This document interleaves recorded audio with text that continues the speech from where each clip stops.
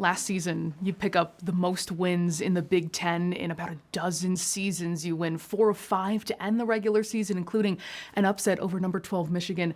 How much does that propel this season, and where do you see that growth in building this program and taking that leap?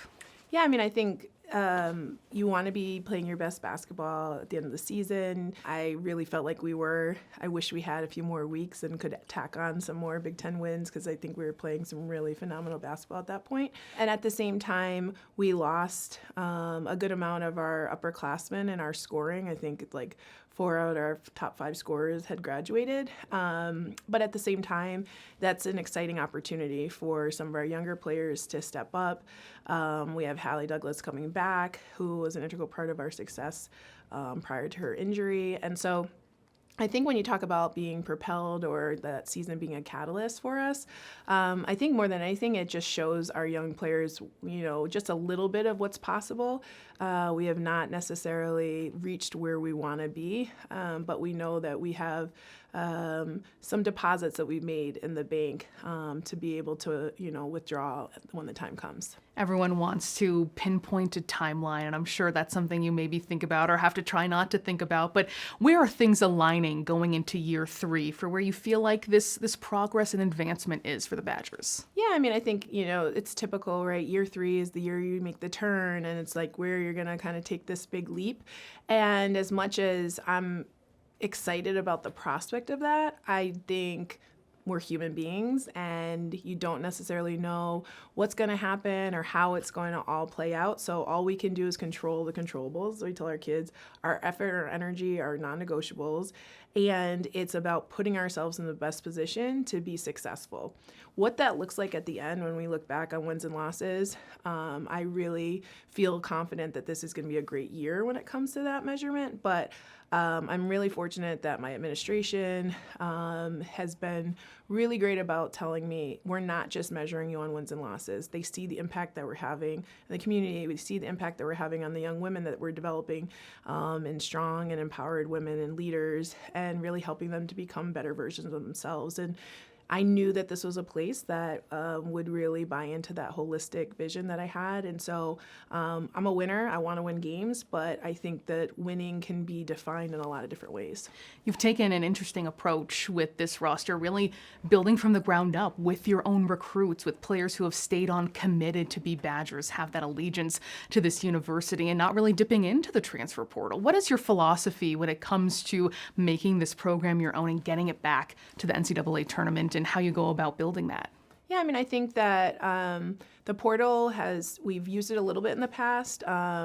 If I'm honest, I have always been a little bit leery of it in the sense of, you're going and bringing in a group of people, potentially if you have more than one, who have to, in short order, become a part of the culture that you've built, have to understand who you are and where your team is trying to go. And when you have freshman recruits and kids who you've recruited since they were 15, 16, 17 years old, they understand more about what they're signing up for.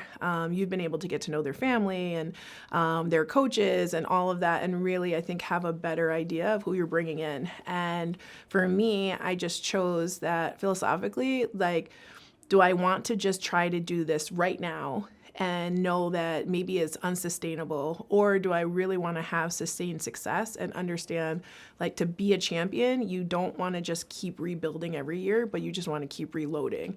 So once we get to that level where we are top tier, then we just keep reloading, and that's how you really are able to sustain that level of success. One of the players you're building around is Sarah, just having a fantastic freshman season, had some jaw-dropping plays. You really see what that ceiling could be. What are your expectations for her and how important she is in the post and having a post presence in the Big Ten?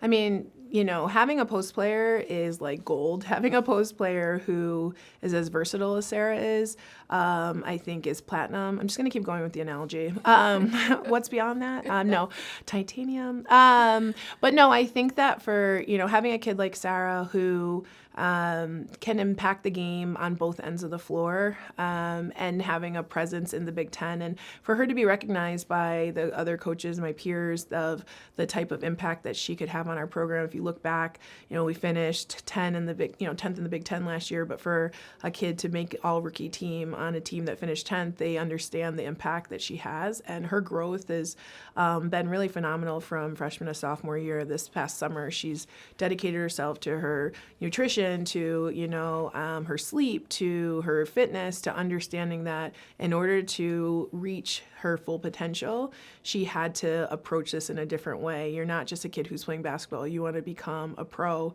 And in order to do that, and in order to have our team be really successful, we need you to be firing it on all cylinders. You have a couple of really experienced players. Brooke, Hallie are ones that stand out. How much do you lean on them as players that you didn't bring in, you didn't recruit, but who have bought in to you?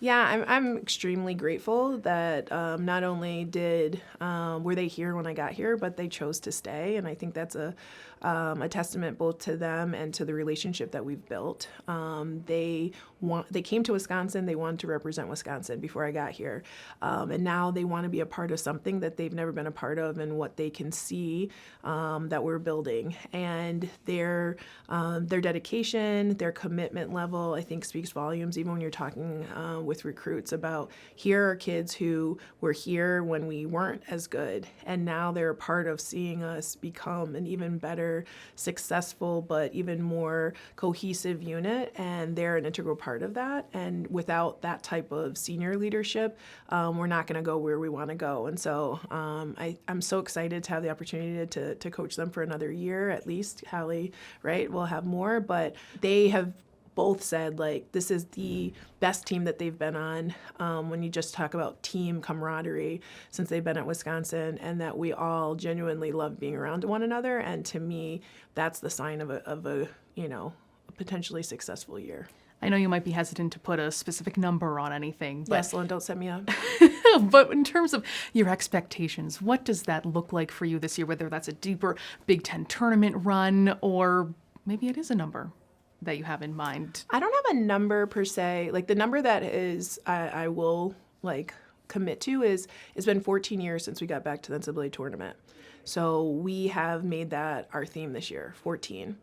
Everything that we do is for us to take another step closer to becoming, to going back to the NCAA tournament. We had one of our great alums, Anya Covington, come to practice. It was homecoming weekend this past weekend at Wisconsin. And she spoke about, she was on the last team that went to the tournament in 2010, and how she challenged them and inspired them with her message around, if you're going to do this, this is the roadmap to do it. And this is what our team did it. But you have to figure out how to do it your way with the people that are in this circle. But know that we believe in you and that you're capable. And I think to hear from one Badger to another, I'm getting the goosies right now, because it's just like, to me, there's not a stronger endorsement or challenge that you can receive than from someone who stood in your shoes.